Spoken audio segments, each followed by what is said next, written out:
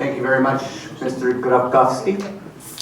Szanowni Państwo, I think this symposium is fantastic, don't you? Dr. Jabłoński, who stepped out of the room for a moment, he pitched this idea to me in the spring, and I was an immediate enthusiast for it, and I'm glad to see that it came to fruition, and I want to thank Dr. Jabłoński and his entire committee of organizers for putting on today's event. Mr. Grabkowski was very kind, or maybe he provoked a question when he said I've been studying the role of Poland in World War II for decades. Now, some of you are looking at me and wondering, how is this possible for such a young, good-looking man? Well, the truth is, this is the absolute truth. I did start as a child. And where many of the presenters today have made connections to their own families in the history of Poland, particularly in World War II, that is also my experience. So although I was born here in Canada, my father was a World War II refugee.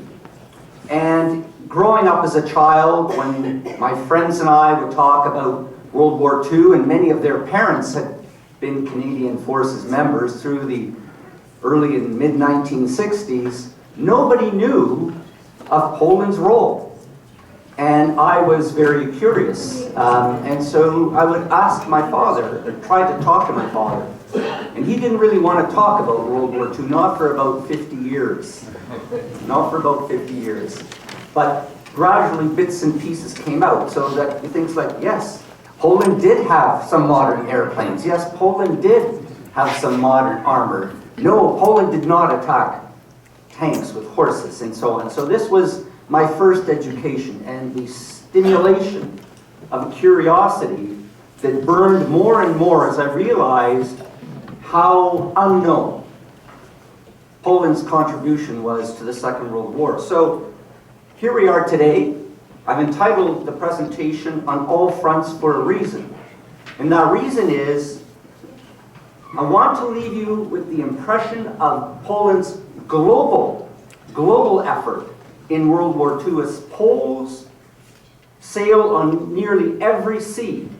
They flew in nearly every sky.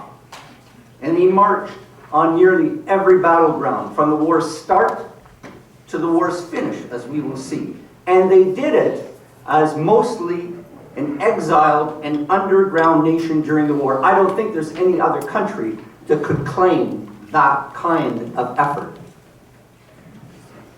Some of you may have seen this presentation at the University of Ottawa in September.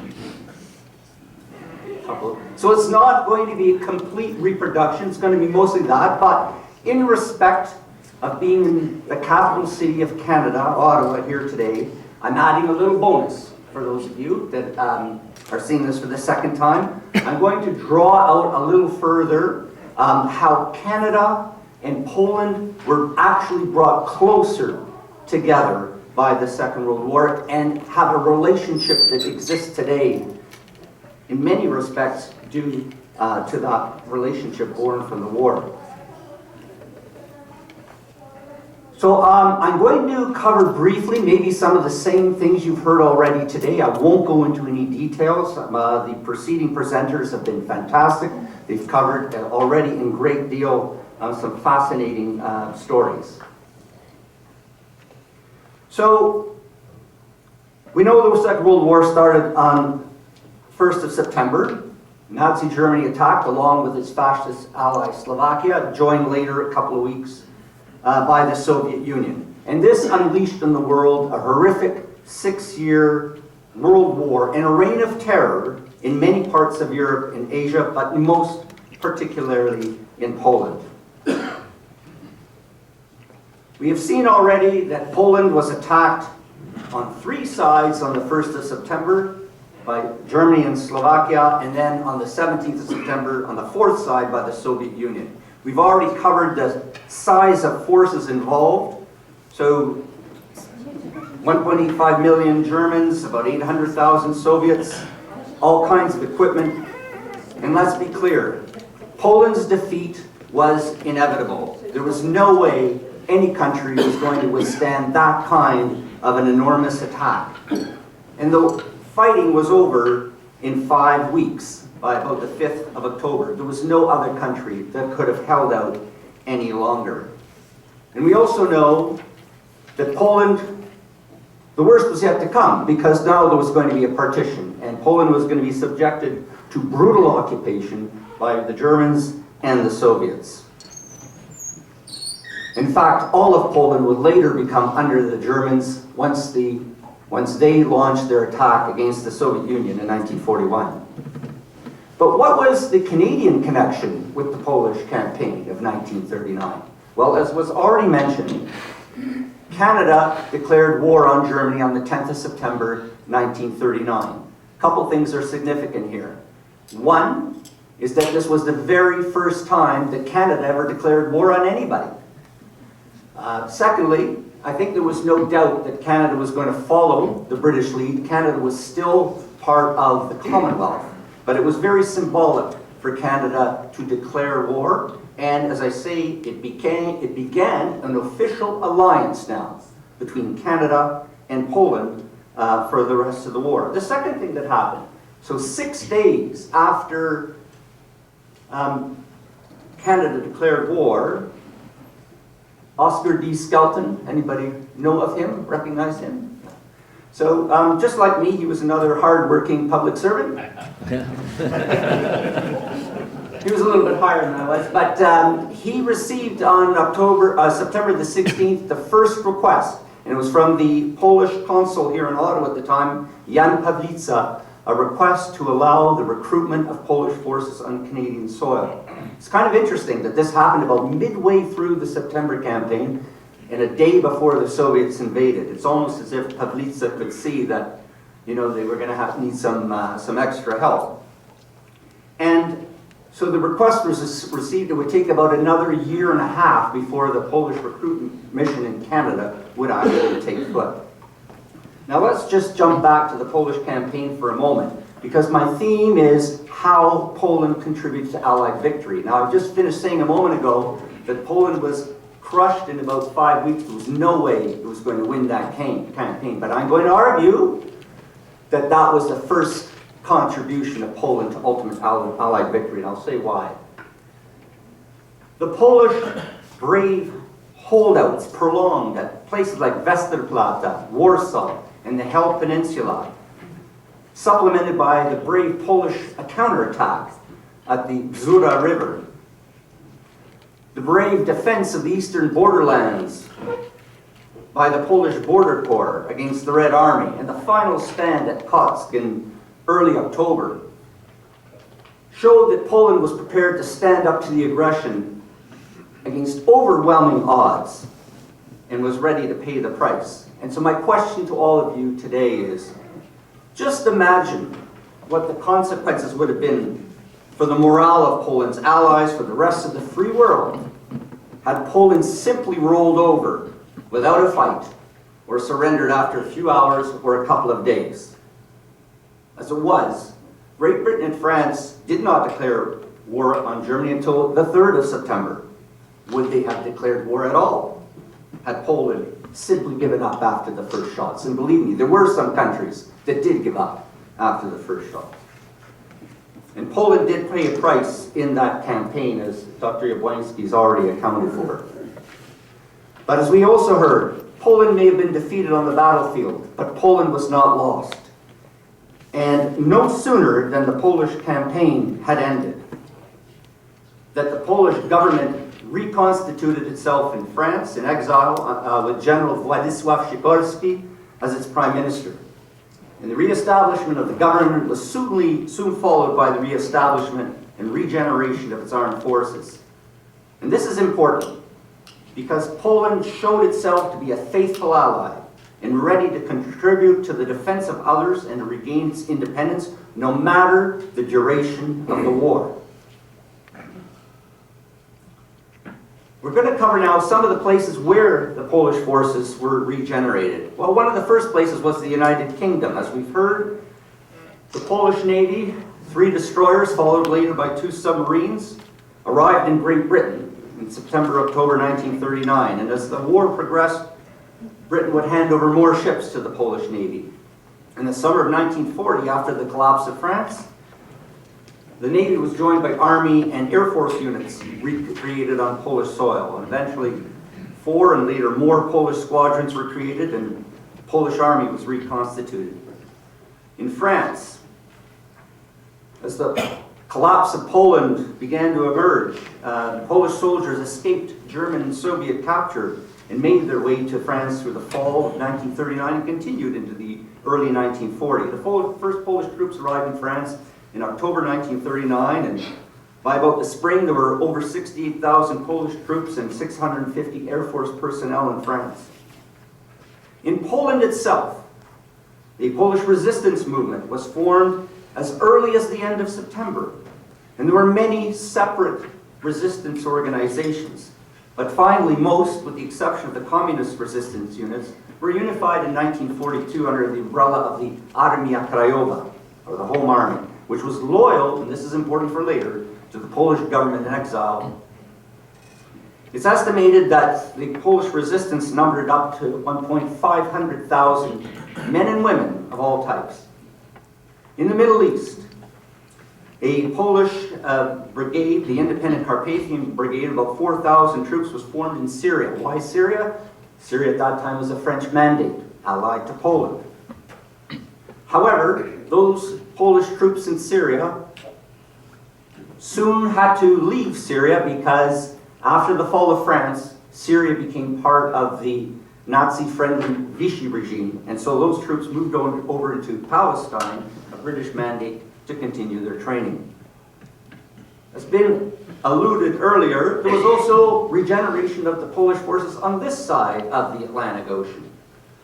Starting with Brazil, the first volunteers from Brazil started to arrive in France soon after the defeat of Poland in 1939, and it was in 1940 that official Polish recruitment campaign began in Brazil with the enlistment center in Rio de Janeiro. Unfortunately, due to a variety of factors, including the wide dispersal of Polish communities in Brazil, the poverty of Polish communities in Brazil, the lack of communication, and in fact, obstacles put up by the Brazilian government, there were only about 400 Polish volunteers that were able to leave Brazil and go to Polish forces in Britain.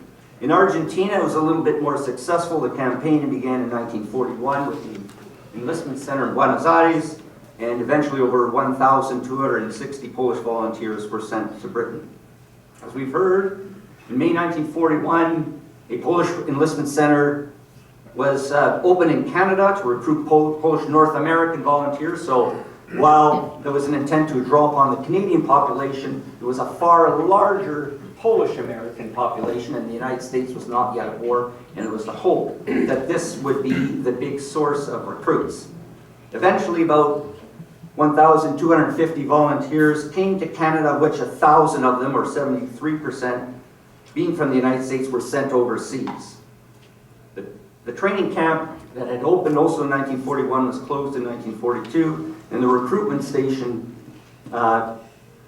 closed in 1943, but there did remain a small recruitment staff in Canada to process the last trickle of volunteers, including the Air Force mission, which was started in Ottawa, and I believe that's the building you were referring to, General Williams. And well, surprisingly, there was also a small group of Polish women that came from Mexico to join the Polish forces here in Canada, and we'll come to them in a little later.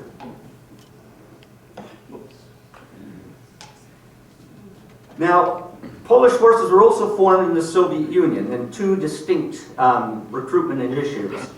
Now, following the German invasion of the Soviet Union in June 1941, Poland and the Soviet Union re-established diplomatic relations, and the Soviets did permit the formation of a Polish army in the Soviet Union.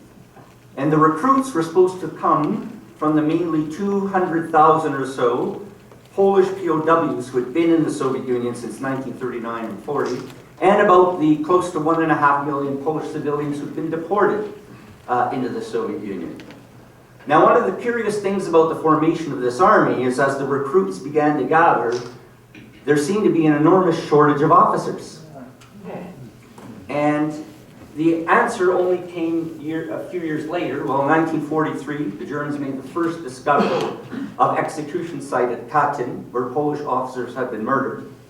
And the full truth didn't come out until 1989, when we finally got the documents that over 22,000 Polish officers and policemen had been murdered in places like Katyn, Kharkiv, and Mednoya in 1940.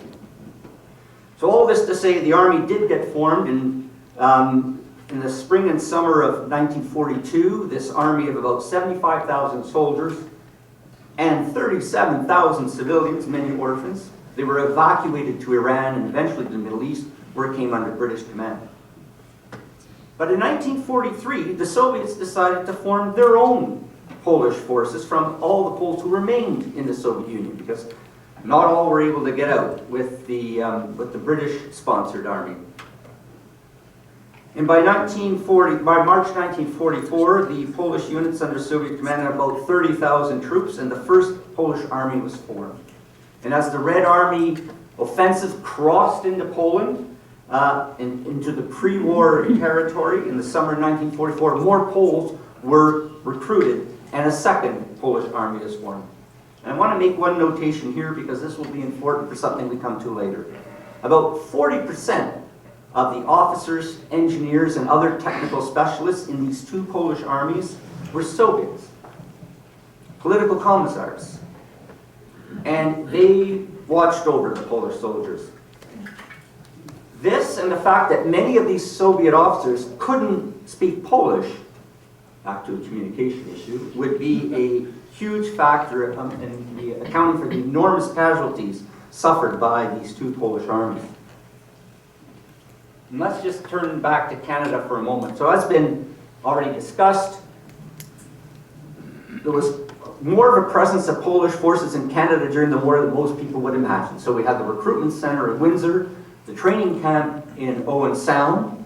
About 448 Polish airmen participated in the British Commonwealth Air Training Plan between 1942 and 44, and the list of air training stations across the country. So we got about 12 locations in 6 provinces. These were places that saw Polish air personnel. So Poland was represented right across the country.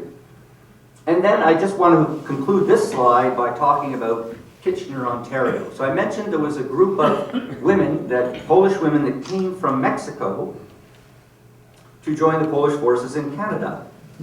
And this is an amazing story. These women were among the Polish deportees taken into the Soviet Union between 1939 and 1940. They were under horrible conditions in Siberia and the gulags, and they also came out of the Soviet Union in 1942. They were part of the evacuees. They went to initially Iran, they went to then India, and from India they went to Mexico. They were able to come to Mexico because General Sikorsky had visited Mexico in December 1942 to have an agreement that Mexico would receive some of these Polish refugees. But these 20 Polish women that had been through enough hell in their lives then volunteered. They wanted to be volunteers for the Polish forces, and the closest place that they could join was Canada. So they came to Canada, and they trained in Kitchener, Ontario, and then eventually were transferred to Britain. So quite an amazing and very unknown episode. And now, turning back to the war, we know that the Sea War in World War II was the longest campaign, and both the Polish Navy, contributing about 40 ships of all shapes and sizes, and the Polish Merchant Marine, about some 54 ships, participated in most of the naval actions of the war. The Polish Navy escorted some 787 convoys, conducted 40 fights with enemy surface vessels, and 176 actions with submarines. About 460 Polish sailors died during the war, along with 200 Polish merchant marine sailors. So I mentioned the Poles were involved in the convoys, the Atlantic convoys. This was the lifeblood for the United Kingdom during the war. Badly needed troops and supplies had to come from North America to the United Kingdom. And there were some 13 major Polish merchant ships that were involved in these supply convoys, and there were about 5 Polish destroyers that did escort duty from time to time on these convoys. The Polish Navy was also involved in the hunt for the Bismarck, the Germans' biggest battleship. And this hunt began in May 1941, and the Polish destroyer Piorun found the Bismarck. It was big, but it was elusive, and it actually got into a firefight with the Bismarck, but this was no contest. The Bismarck was a much heavier armed ship, but what the Piorun did, and again it's often overlooked, is it slowed down the Bismarck. The Bismarck was trying to get to a port in France. And this action by the Piorun, the much tinier Piorun, taking on the massive Bismarck, was enough to slow down the Bismarck and allow the rest of the British fleet to catch up and eventually sink the Bismarck. Polish Navy was also involved in the Arctic Convoys. Now this was a way of trying to get supplies from Britain through the Arctic Ocean over Scandinavia to reach Soviet ports, namely Murmansk and Arkhangelsk, with vital supplies, because the Allies had agreed that they would supply the Soviets. And at least 1 Polish merchant ship took place, as well as 3 destroyers and a submarine. Unfortunately, the submarine, Jastrząb, was sunk by friendly fire, so more communication problems likely. And in the Mediterranean, there were at least 3 Polish destroyers and 2 submarines that operated there, attacking Axis naval forces or providing escort duty to Allied convoys to Malta. And now just back to a Canadian connection on the Atlantic convoys. You'll see here on this slide that the 3 major Polish troop ships, Batory, Chrobry, and Sobieski, transported thousands of Canadian troops from Halifax to the United Kingdom, and they transported part of all 5 Canadian divisions, along with various other Army units. And at least 5 Canadian troop convoys were escorted by Polish destroyers, and that's the information on the right. But there's more. At the Battle of the Atlantic, I just want to show you again some episodes how Canada and Poland really came together. In some ways, these were tragic incidents too. So, in March 1941, there was a little, tiny Canadian coastal ship called HMCS Otter. It was awaiting a British submarine to escort it into Halifax. Unfortunately, there was an explosion, an accidental explosion on the Otter. And the sea was very, very rough. The ship had to be abandoned. And it was a Polish freighter, the Wisła, that came to the rescue. And the water was cold, the water was choppy. It was very difficult for the Wisła to get close.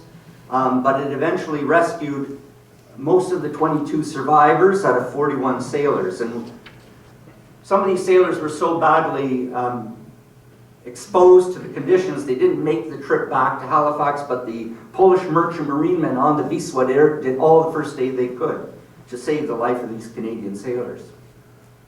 In 1943, there was one convoy battle, ON 166, where the Polish destroyer Burza and the Canadian corvette Chilliwack cooperated to sink a counterattack a German submarine, U-606, which had been attacking that convoy. So those 2 ships worked together.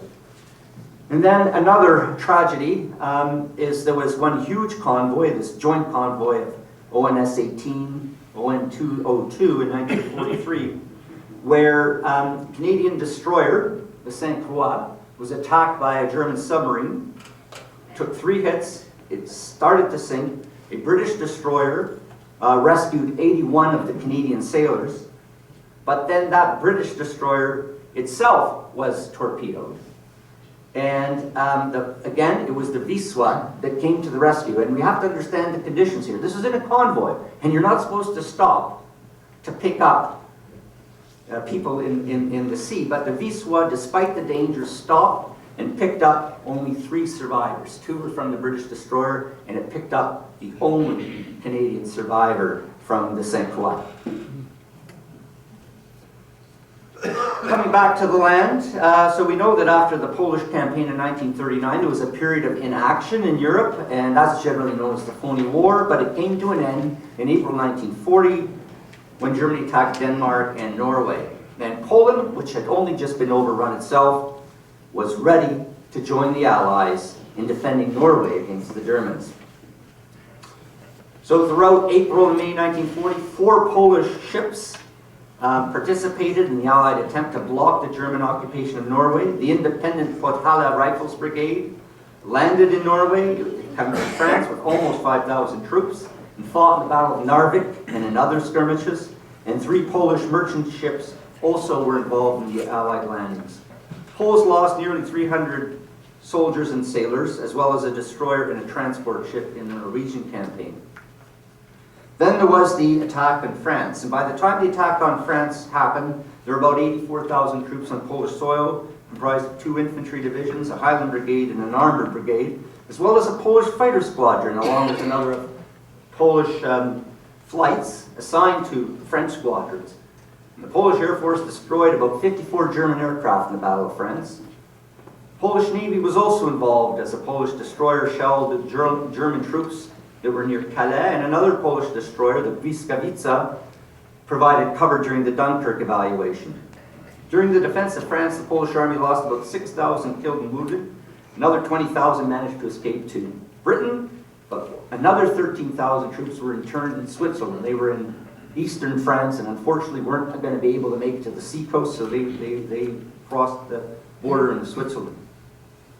And as we know, the fall of France was quickly followed by the Battle of Britain. And the Battle of Britain, German air attacks began on the 8th of August. And there were 4 Polish squadrons ready to take part at that point. 2 bomber squadrons and 2 fighter squadrons. So the fighter squadrons were the 302 Poznanski squadron, that's my personal favorite.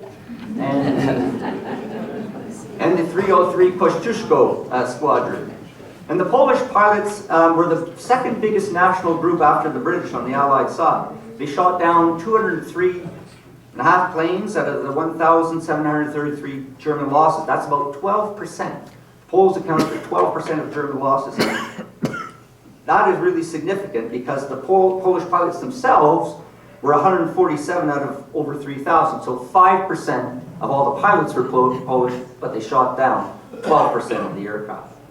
And with 110 confirmed kills, the 303 was the highest scoring Allied Hurricane squadron in the Battle of Britain. And on the land, even though the Germans didn't actually pull off the invasion, there was certainly a fear the Germans were going to do that. And so the Polish bomber squadrons were able to bomb German landing ships, assembling areas in the coast of France. And all in all, the Polish losses, airmen killed in the Battle of Britain were about 36.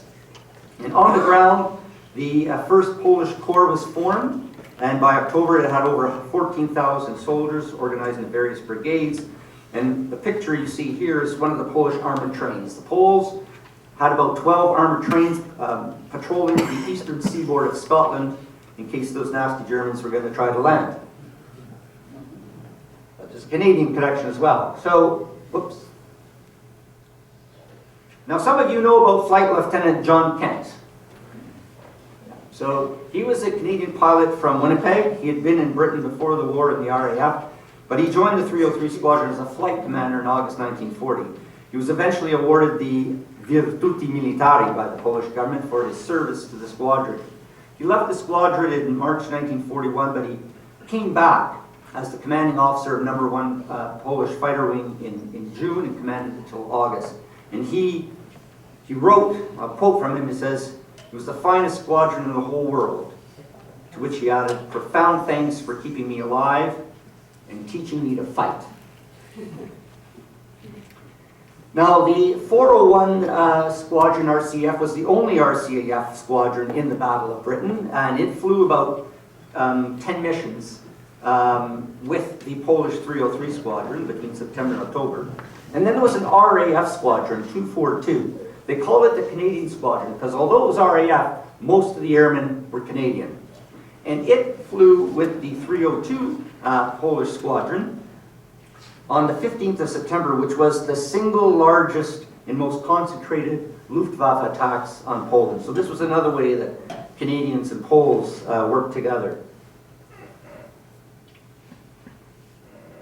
Now, after Britain was able to withstand the German attacks, it was the issue now of how to keep the pressure up on Germany until the second front could be opened. And the Poles participated in these efforts too. I'm going to start with Ferry Command. This was a program by which manufactured airplanes, mainly in the United States, but also some in Britain, had to be transported to the front lines.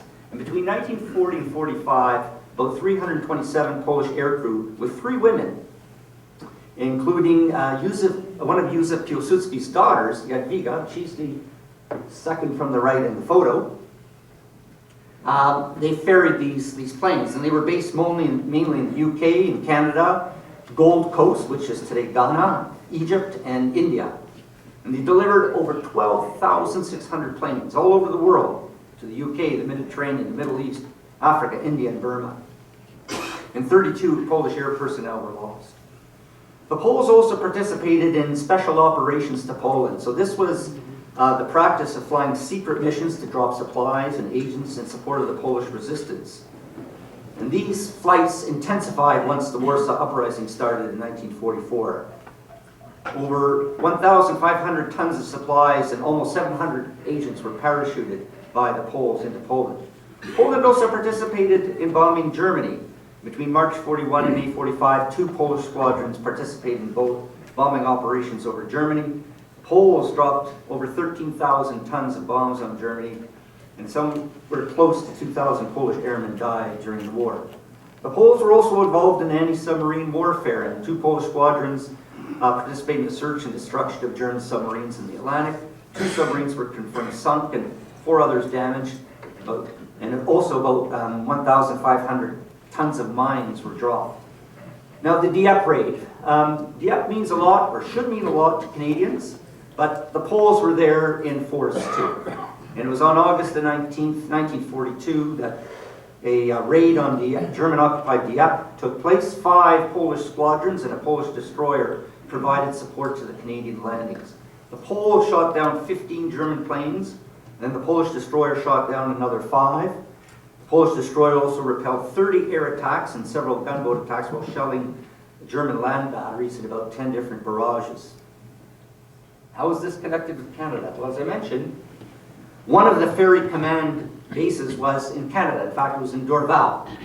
Dorval, Quebec, was home to an average about 60 Polish air personnel between 1943 and 45 as part of the RAF's number 45 transport group.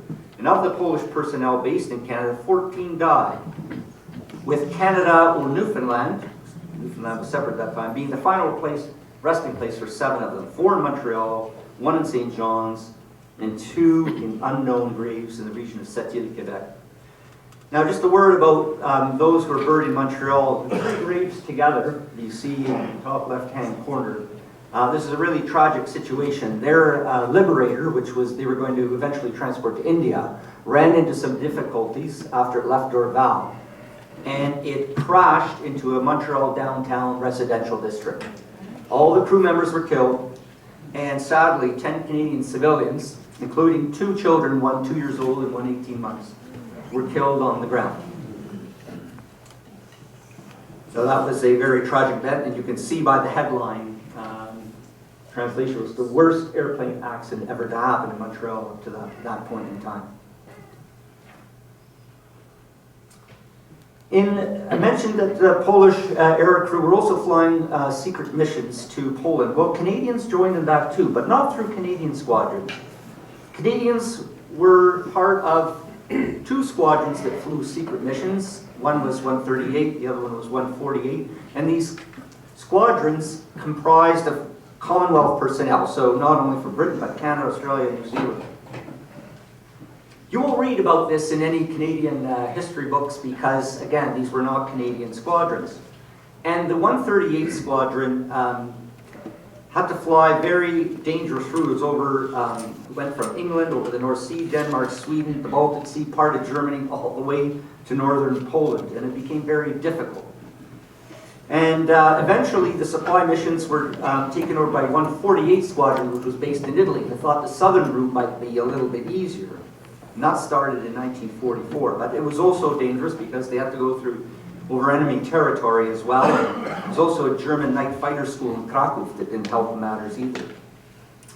And up until the Warsaw Uprising began, quite a number of Canadians were aboard these two RAF squadrons, and many of those planes have been shot down either on the way to Poland or returned to Poland. And so in this slide here, we have the names of 17 Canadians who were shot down, and of the 17, the 8 who were killed, you won't find them buried in Poland. They're buried in Denmark, or they're in the sea, in the Baltic Sea, or they're buried in Hungary or Serbia. And I often find not enough recognition has been paid to these brave Canadians. And if we return a moment to Dieppe, so the Polish destroyer Ślązak supported the landings of the Canadian Infantry Division, 2nd Canadian Infantry Division at Dieppe. So as mentioned, it gave all kinds of support against planes, against attacking boats. And it also gave covering fires. The Canadians began to pull back from Dieppe. And the captain of the Ślązak, Captain Romuald Nałęcz-Tymiński, he's credited with saving the lives of 85 Canadians, and they were mostly from the Royal Regiment of Canada, which was the most decimated regiment at on the beaches of Dieppe.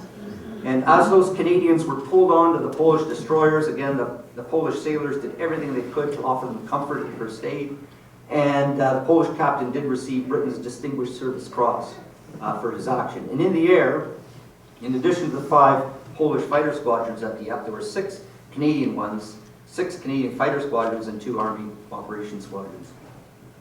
Let's change continents now for a moment. So we'll go to North Africa, and this is where the Allies saw their first real successes against the Axis, namely against Italy and Germany, who were trying to conquer Egypt. And the Poles were part of the efforts in the desert, both at sea and in the air. So we'd already heard that there'd been a Polish independent Carpathian Brigade in the Middle East. It helped to defend the besieged fortress of Tobruk against the Germans and the Italians. And at Tobruk alone, it lost over 330 soldiers, but most notably, almost 1,300 soldiers got sick. That was how bad the conditions were. Later on, the brigade captured Kroma, which was west of Tobruk, took part in the attack on the El Ghazala defensive line, helped capture Bardia. And so the Polish brigade was definitely involved in those moments that were helped to turn the tide against the Axis in North Africa. In late 1942, the Allies landed in Algeria. And this was, of course, under the Vichy regime, and it was codenamed Operation Torch. So you won't hear about, Polish soldiers landing on the beaches of Algeria, but the Polish destroyer supported the landings. It was, in fact, badly damaged itself, as the Błyskawica, and 4 Polish merchant ships also participated. And as the war in North Africa drew to a close, there was a special Polish area unit called the Polish Fighting Team under Skalski. And it had 15 selected Polish pilots. These were the best Polish pilots who were brought to Tunisia to be part of the RAF's Desert Air Force. And this group was extremely effective. 25 confirmed kills in a period of 2 months at the loss of only 1 Polish pilot, and he was taken prisoner of war. But the Canadians were there too. And from April to May 1943, the RCS 417 Squadron joined the Polish fighting team as part of the RAF's 244 wing in the Desert Air Force. And they flew together during the final phases of the North African campaign. So the Canadian commanding officer, squadron leader Brad Foster, obviously was working with the Polish squadron leader Stanisław Skalski. And the Canadians were not quite as proficient as the Poles. They claimed only 1 destroyed, 1 probable, and 2 damaged planes for its part, but lost two pilots killed and 3 went as POWs. So back to Europe and the Italian campaign. So the Polish Second Corps, who's heard of the Polish Second Corps? General Anders, just about everybody, we have their insignia there. So this, again, what's important to know, this was formed from Poles who had joined the Polish army in the Soviet Union in 41-42. Again, these are remarkable people. They're remarkable people because they had been imprisoned or enslaved in the Soviet Union. Of course, they were evacuated to Iran, later the Middle East, and by October 43, they had about 53,000 soldiers, and in December 1943, the Corps began to transfer to Italy to become part of the British Army and fight the Germans there. But the Italian campaign actually began with the invasion of Sicily in July 1943. So, how many of you are aware that the Canadians landed in Sicily? How many of you are aware that the Poles were in Sicily? Oh, okay, I should try to drill you on who they were, I'll tell you. So it was actually 3 Polish destroyers. It was the Polish Navy that was in Sicily that supported the landings along with 9 Polish merchant ships. And these same 12 ships later went on to support the Allied landings in Salerno in September 43. We've heard about Monte Cassino already. Again, this is an incredible achievement where the Polish Second Corps was given the daunting task of attacking the solid German fortified defenses at Monte Cassino. 3 previous Allied attacks had failed. It was very tough fighting that lasted about a week, but the Polish Corps finally seized the German position, and that battle alone cost over 4,000 Polish casualties. But the Polish Corps wasn't finished. It went on to fight another line of German fortifications at the Gothic Line.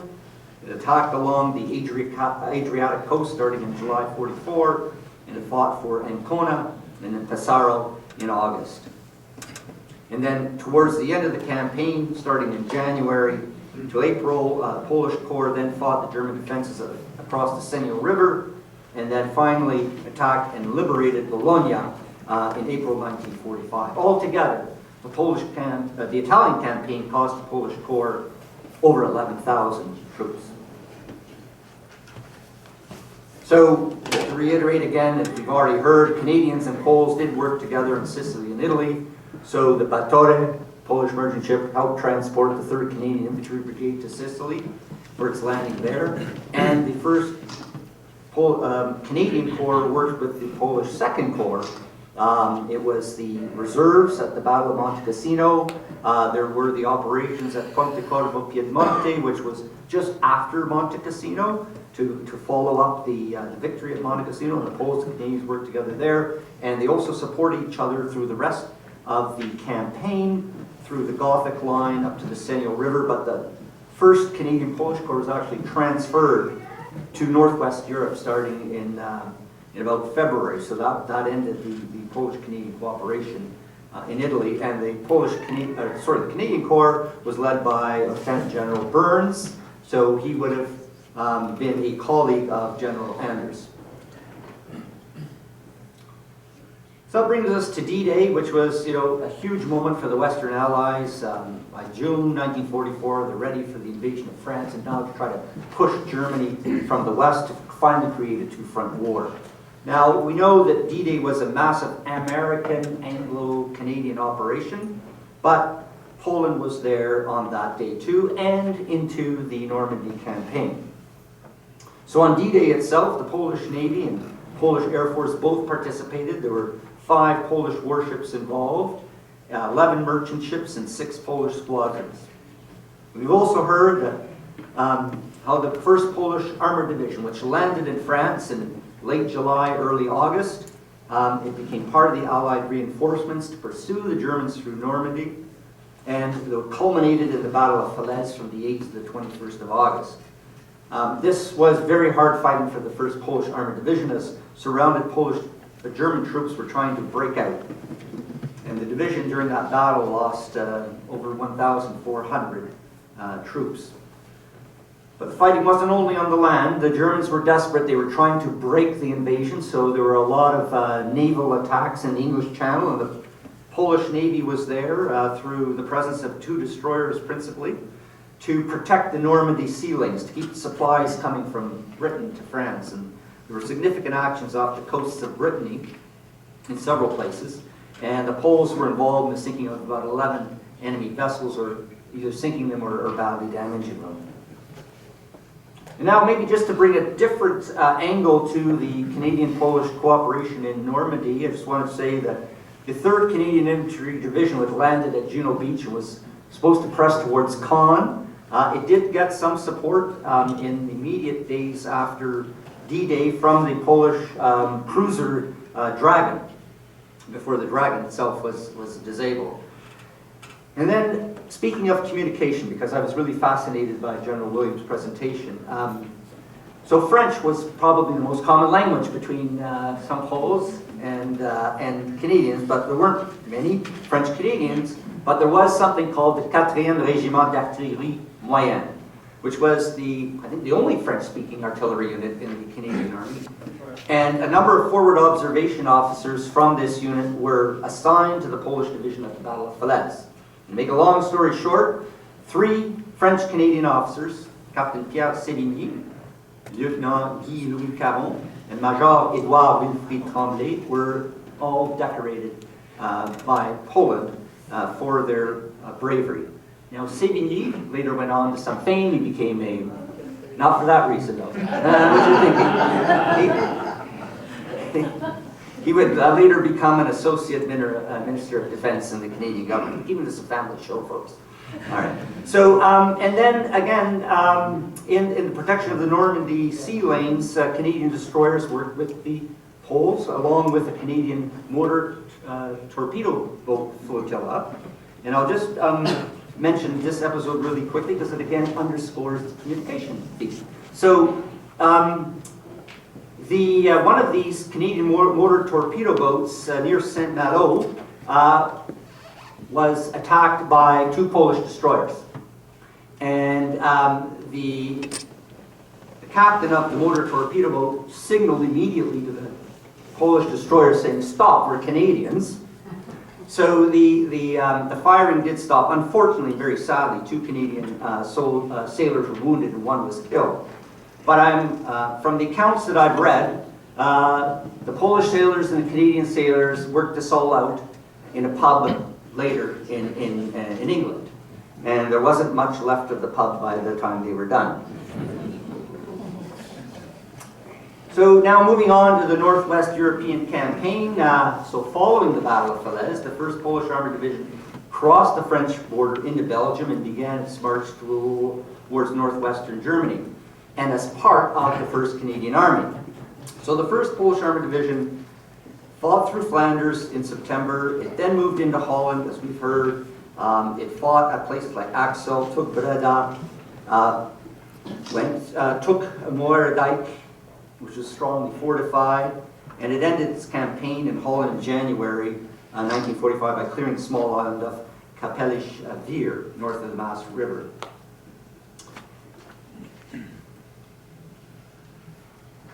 But the Poles also, apart from the 1st Polish Armoured Division, through the independent Polish Paratroop Brigade, about 2,200 Polish paratroopers took part in Operation Market Garden, an attempt to seize a bridge at Arnhem. Everybody saw a bridge too far? Everybody know Gene Hackman now? So we know, to make a long story short, we know the operation was a failure, and the Polish losses were over 400. Again, despite the failure of the operation, I think the bravery again of the Polish parachute brigade was unquestioned. And then, as we've heard too, the 1st Polish Armoured Division eventually crossed into northwestern Germany, fighting hard for the Küsten Canal, and then eventually making its way into Wilhelmshaven. And so all told, as we've heard, the Polish campaign after Falaise and into Germany cost around 5,000 troops. And again, just to come back to that Canadian-Polish relationship, so the 1st Polish Armoured Division was part of the 1st Canadian Army. That was led by Lieutenant General Guy Simmons. He was awarded the Virtuti Militari by the Polish government. Again, the 4e Régiment d'Artillerie Moyenne, it was actually, instead of just assigning forward observation officers, the whole regiment actually came under command of the 1st Polish Armoured Division for certain spells. And its commanding officer, Lieutenant Colonel Jean-Henri Réal Gagnon, he was awarded the Officer of the Order of the British Empire. But I want to spend a moment about a really unsung hero. He was a junior officer. His name was Lieutenant Russ Kennedy. He was awarded the Military Cross. It was his ingenuity and rescue mission with very small motorboats that helped rescue Allied paratroopers, getting them from Driel across the Rhine to the other side of the river. And he's credited with saving like 2,400 troops. And among those troops were 160 Polish parachuters. So those Poles owe a lot to the bravery and ingenuity of Lieutenant Kennedy, who died only a few years ago. And now we're going to switch to another part of Europe, so the East. So I mentioned before, by 1944, there were now 2 Polish armies on the Eastern Front. They made up the largest foreign contingent under Soviet command. And I don't know if you've been taking notes of how many Polish losses there were on the Western Front. But if you were, and we're going to compare them to the losses on their Eastern Front, they don't compare at all. The sizes of the engagements, the intensity and ferociousness of the battles, and the casualties on the Eastern Front simply they just dwarf those experiences of the Western Front. And so the first Polish combat experience in the Eastern Front was in Bielorussia, where the 1st Polish Infantry Division got its baptism of fire, went into action in October 1943 at Lenino. It's a small little town. And while the Polish attack broke the German defenses, it came at an enormous cost, 25% losses. And that's over 3,000 soldiers in just 2 days. As the Polish forces grew, they moved with the Soviets into Polish territory in July 1944. And between July and September, the 1st Polish Army fought at battles for Vistula River bridgeheads in various places. And just in a couple of months, the Poles suffered almost 9,000 casualties. From there, the 1st Polish Army crossed into Germany and tried to break the German defenses at the Pomeranian Wall. It fought to capture the German important port of Kolberg, Kołobrzeg today, as well as other places along the coast, including Kamin, Stettin, Gdańsk, or Danzig, as it was then. And then the Polish army then also launched an attack on the Oder River as part of the Soviet operation to take Berlin. In fact, elements of the 1st Polish army did take part in Berlin street fighting from the end of April to the beginning of May, which saw the fall of the German capital. So the Soviet red flag was not the only flag that flew over Berlin. There are photographs of the Polish flag flying over Berlin as well, but you rarely see that. And by April 1945, the 2nd Polish Army was ready to go into action in Germany, starting with the defenses on the Lusatian-Neisse River in the middle of April. And it was a very tough battle fought. The Polish Army was trying to get to Dresden. The Germans counterattacked at Bautzen from the 23rd to 28th of April. And get this, folks, 20,000 Polish casualties in 5 days of fighting. And that goes down as one of the most costly battles in Polish military history. And the very last operation of the Polish Second Army was to liberate the Czechoslovakian capital city of Prague. So from the 7th to the 11th of May, elements of the Polish Second Army fought the Germans at a place called Mielnik and liberated this suburb of Prague. And what about Poland itself? Well, when combined, the various units of the Polish resistance represent one of the largest resistance movements in all of occupied Europe. It involved countless activities from the first days of Polish occupation, and it tied down large numbers of enemy forces, disrupting their logistics and plans, and letting the world know that Poland, while occupied, was not defeated. How did they do that? Well, it was an enormous sabotage campaign. The Polish Home Army blew up bridges, derailed trains, damaged railway cars, burned military depots, and damaged vehicles. The Polish underground state also set up the Żegota relief movement to provide food, medical care, and money, and false identification helped save Polish Jews. About 30,000 Polish Jews were within its operations. And how many of you have heard of Irena Sendler? So she was part of this operation. She headed up the children's section for Żegota, and she cared for 2,500 of the some 9,000 Jewish children that were smuggled out of the Warsaw Ghetto. And so altogether, Żegota, with the efforts of individual Poles and other underground organizations, is estimated over 200,000 Polish Jews were saved from the Holocaust. can't forget the Warsaw Ghetto. And now, in 1942, if those of you familiar with the Holocaust know that the Germans are now liquidating the ghettos. The idea was to take all the Jews out of the ghettos and send them to death camps. And in April 1943, two Jewish resistance organizations in Warsaw decided to fight back against the deportations. The revolt lasted until early June. Around 7,000 Jews were killed. Now, what the Warsaw Ghetto Uprising didn't change what was going to happen. It didn't change the fate of anybody. But what it did do is it began to add and expose a moral purpose to continue prosecuting the war and to expose the Holocaust and have more resistance against it. Then, of course, there was the Warsaw Uprising itself, which began on the 1st of August 1944. It's the largest battle of the Home Army and the largest resistance combat act in all of occupied Europe. And the main aim was to liberate the Polish capital in the name of the Free Poles in London prior to the entry of the Red Army. Now, why was this important? Although the Soviet Union was part of the Grand Alliance against Germany, the Free Poles had reasons to be suspicious of the Soviets. I mean, we've talked about the Polish-Bolshevik War of 1920. We've talked about the Soviet invasion of Poland in 1939. We've talked about the Soviet deportations of over 1.5 million Polish prisoners of war and civilians. The Katyn massacre had already been exposed, and the Soviets had created a Polish communist government in exile at Lublin.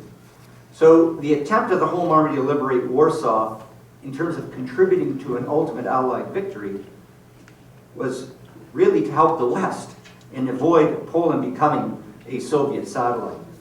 Now, on the ground, the Polish Home Army had enough ammunition for only 2 or 3 days of intensive fighting because it was thought that the Germans were leaving Warsaw. We didn't expect them to fight back. But unfortunately for the Poles, the Germans did decide to fight back, and there was no meaningful help from the outside coming, at least not early on, and the Soviets were not intending to help either. The uprising lasted about 63 days. Unfortunately, civilians were caught in the middle, and they were often the victims of the massacre conducted by the German troops. By the time the uprising was crushed, the Home Army had lost some 43,000 soldiers, and tragically, about 180,000 civilians were killed. Whatever civilian population remained was expelled from Warsaw, and then the rest of the city was systematically destroyed. And how was Canada involved? Well, I mentioned before that there was this 148 Squadron that was special duties. It had been flying some supplies to the Polish underground prior to the Warsaw Uprising, but the nature of its mission changed once the uprising started. The Polish government in exile in London put tremendous pressure on the British and Americans to try to help the insurgents in Warsaw. And so the 148 Squadron's missions were now diverted to Warsaw, and other squadrons as well, including the 178 Bomber Squadron, which also included Canadians, as well as 2 South African squadrons.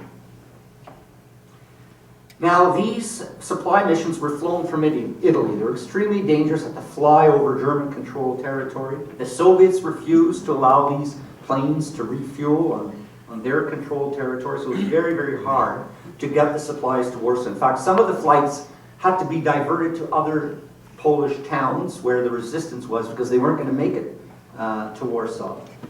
And nevertheless, what we have here are some of the, again, Canadians who were shot down on supply missions to Poland during the time of the Warsaw Uprising. We have 10, at least the smallest number I could get was 10, there's probably more. And of these 10, 7 were killed, and they are buried in the Commonwealth War Graves section of the Rakowicki Cemetery in Kraków. But there's more, folks, because, being in the resistance movement in Poland was not enough for Poles. They were in the resistance movement all across Europe.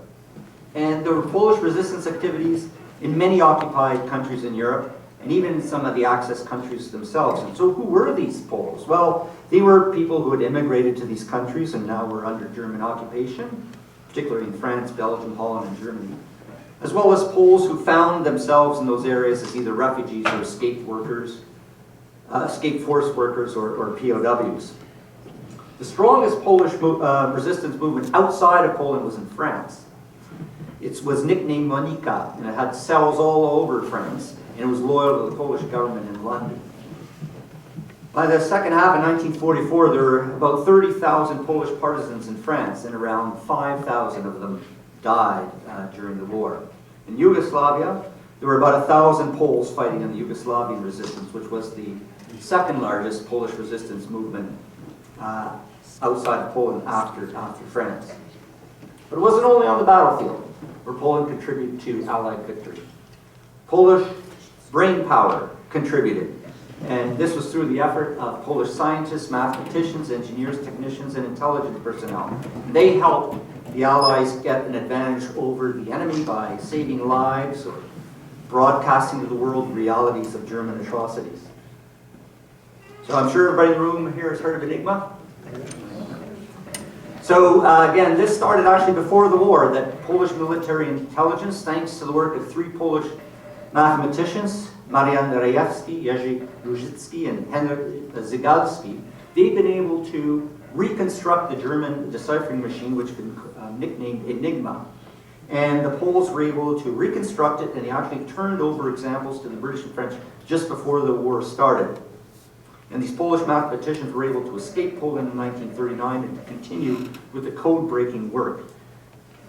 Their code-breaking work lasted until 1943. There's no doubt that the work the British were able to do since would not have been possible without those Polish contributions, and which in fact allowed the Allies to break not only German but also Japanese codes as well.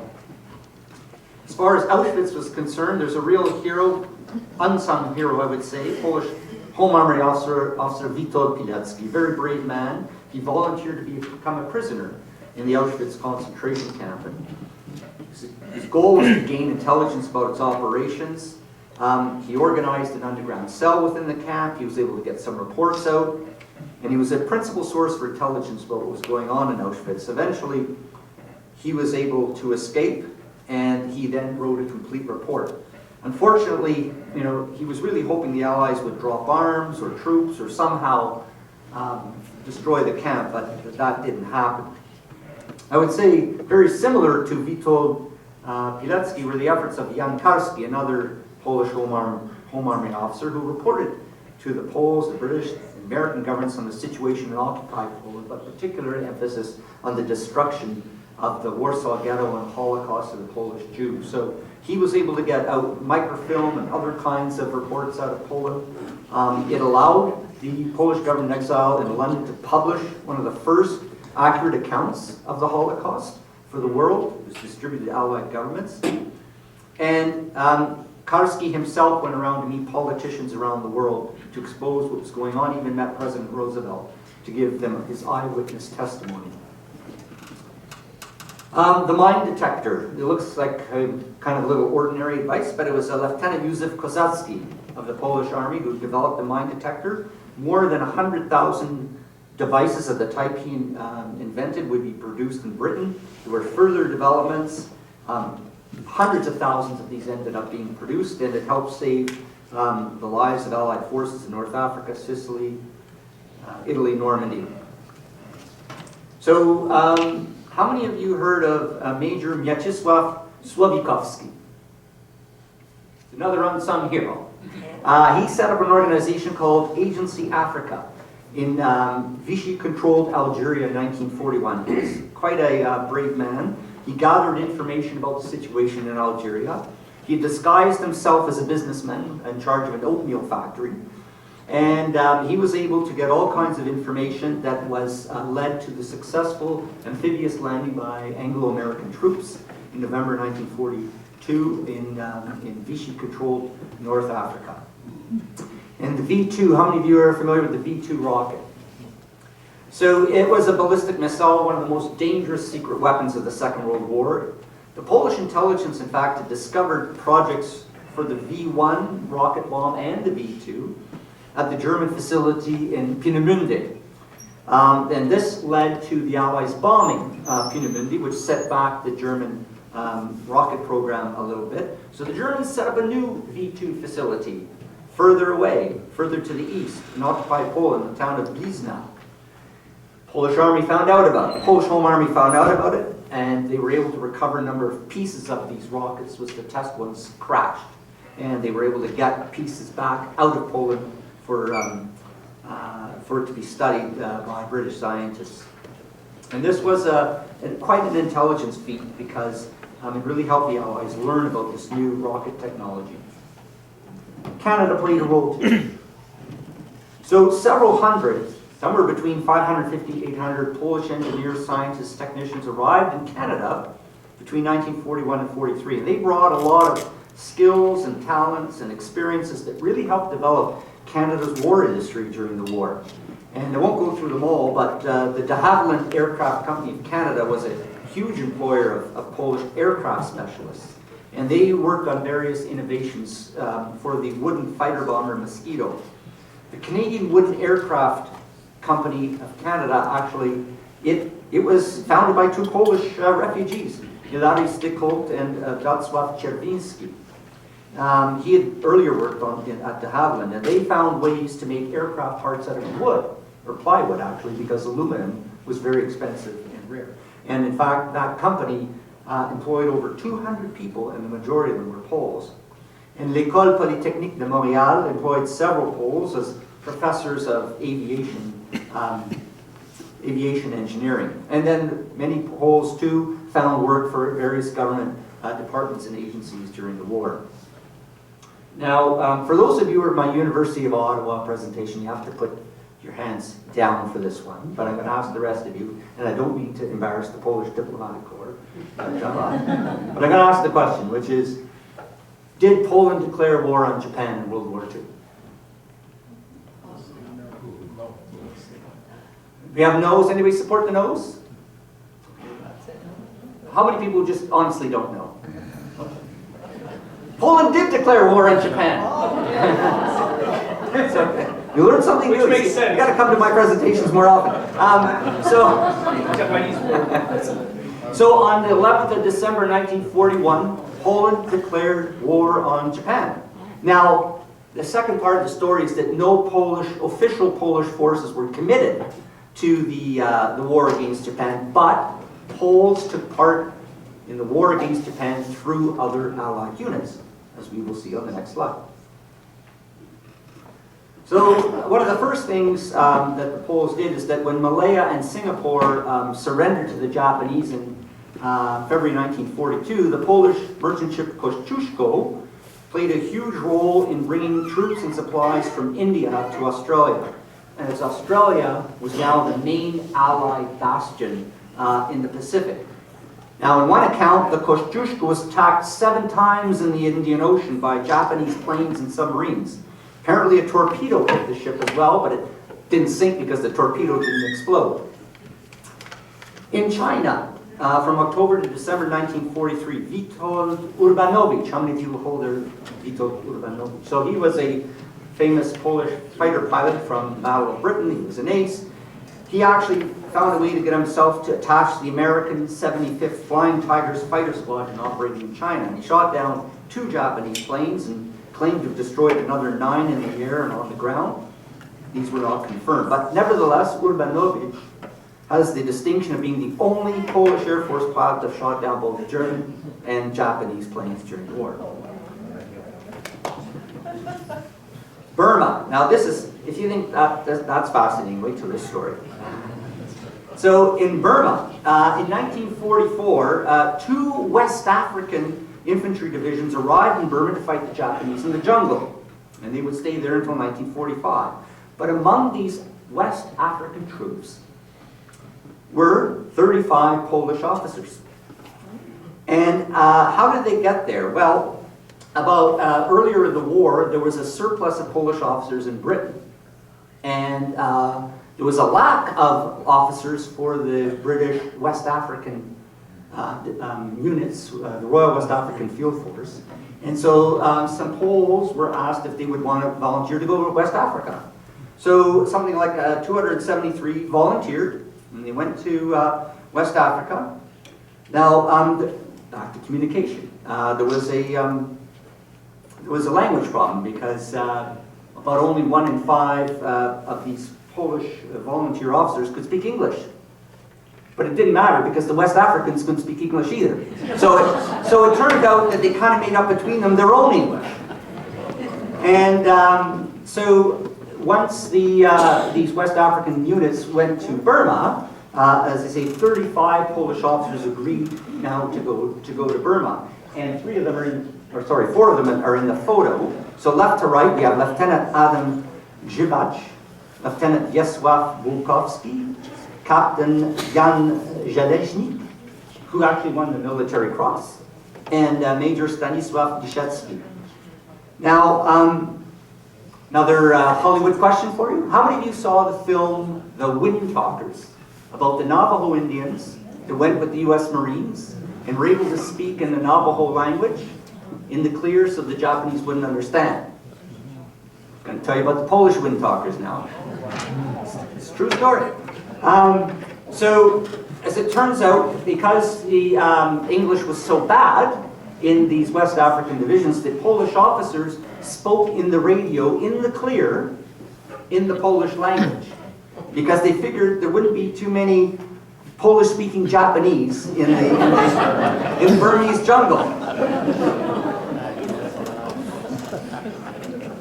Yeah.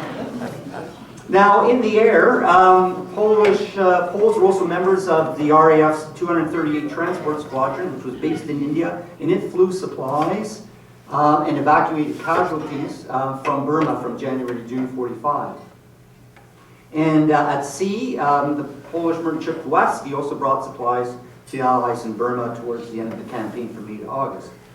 And then the very last Polish participation in the Pacific War was in the liberation of Malaya. So in August 1945, 2 Polish merchant ships, Poznanski and Sobieski, were preparing to take part in the British combat landing operation against Japanese-occupied Malaya. Now what happened is, as the preparations were being made, and the ships were basically on their way, Japan formally surrendered on the 2nd of September. But the Allies weren't sure if the message was getting through to everybody. They weren't sure if there were going to be any rogue Japanese units that would still want to fight. So the landings went ahead under cover of Royal Navy and French Navy ships and took on the character of a combat operation. But as it fortunately turned out, the Japanese did not resist, and the invasion mission, at least for Sobieski, became a liberation mission as British prisoners of war from Thailand, Malaya, Singapore boarded the Sobieski to come home. So when the war ended in Europe in May 1945, Poland was a very different country from when the war began. We know it suffered enormous destruction and loss of life. But to make matters worse, Poland did not emerge as a free country, as the Soviets installed a puppet communist government loyal to Moscow. Additionally, Poland's eastern borderlands, initially annexed by the Soviet Union in 1939 as part of its agreement with Germany, were re-annexed by the Soviet Union in 1944 as a follow-up to the proposal made at the Tehran Conference of 1943, confirmation at the Yalta Conference of 1945, and ratified at Potsdam Conference later that year. While Poland received some German lands in the West as compensation, millions of people were uprooted and displaced, and for many Poles, it also meant that their ancestral homes would never be part of Poland again. But to rub salt into the wound. By the end of the war, there were at least 200,000 Polish servicemen in the West, and in 1946, a great one-year anniversary victory parade took place in London on the 8th of June. The Soviet Union and its Polish People's Republic satellite did not participate, but for fear of antagonizing the Soviet Union, no Polish contingent of the Western forces was invited to march, while countries like Brazil, Ethiopia, Iran, Iraq, Luxembourg, Mexico, Transjordan, and many other lesser-known allies took part in the parade. And you can just imagine how the Polish servicemen felt. It took a long time, but gradually, some of those wrongs are being righted. And it basically, this East-West divide influenced the way the story of Poland would be told. There would be the story under the communist regime, there would be the story in the West. And it wasn't until the free elections in 1989 and the subsequent fall of communism that things began to change. In Warsaw, how many of you seen the Tomb of the Unknown Soldier? That's great. So if you were in Warsaw before 1991 and you looked at the tablice, the tablets on the monument, there has been a focus on World War II on all the battles of the Polish forces under Soviet command. But in 1991, these columns were modified, or should I say corrected. And the Polish government added the names of the battles in which the Polish Western forces had participated. And they removed some of the ones from the Eastern forces. So now we have a more balanced and realistic representation. The following year, in 1992, Poland invited Polish veterans from around the world to participate in a parade in Warsaw. This was the first time all the Polish veterans were together, those that were in the Eastern forces, those who were in the Western forces. And then in 2005, which was the 60th anniversary of the end of the war, on the 10th of July, there was a reproduction of a victory parade in London. And I have to single out a man by the name of Michał Moszynski. He was a British advertising executive, but the son of a Polish veteran. And he lobbied for 2 years, saying that Polish veterans should be in this 60th anniversary march in London. So he succeeded, and in fact, beyond his wildest dreams, because the Poles were given the place of honor in the parade by leading the march. And so in some small way, I guess this gesture helped make up for the snub in 1946. So I hope I've achieved my objective. I could keep going for another few hours if you have time. Anyway, at least anything, I hope that I piqued your curiosity. If you thought you were an expert on World War II, I hope that I maybe added a little snippet here and there. But certainly what I wanted to do is give you an idea of Polish experiences, contributions, but especially the global effort that Poland contributed during the war. And then, as a last word, and since I felt this since childhood, that it is important to learn the truth about Poland in World War II, even now, 80 years later, after the outbreak. Poland lost about 6 million of its citizens and close to 200,000 soldiers killed in 6 years of war. And the story of the Polish war effort and sacrifices still seem largely unknown today. There continues, as we've seen in the media, there continues to be ignorance or errors, misinformation, misunderstanding, but worst of all, disinformation in many streams of the media available. And so my plea to you is that for the sake and honor of those whose lives were lost, those who suffered, their families and their descendants today, I hope that every single one of us here can keep the truth and memory of the Polish effort alive and to challenge anything that you believe is false, is misleading, wrong, or is disinformation. And I think this is our obligation today. This is one of the best ways that we can honor the 80th anniversary of the outbreak of World War II.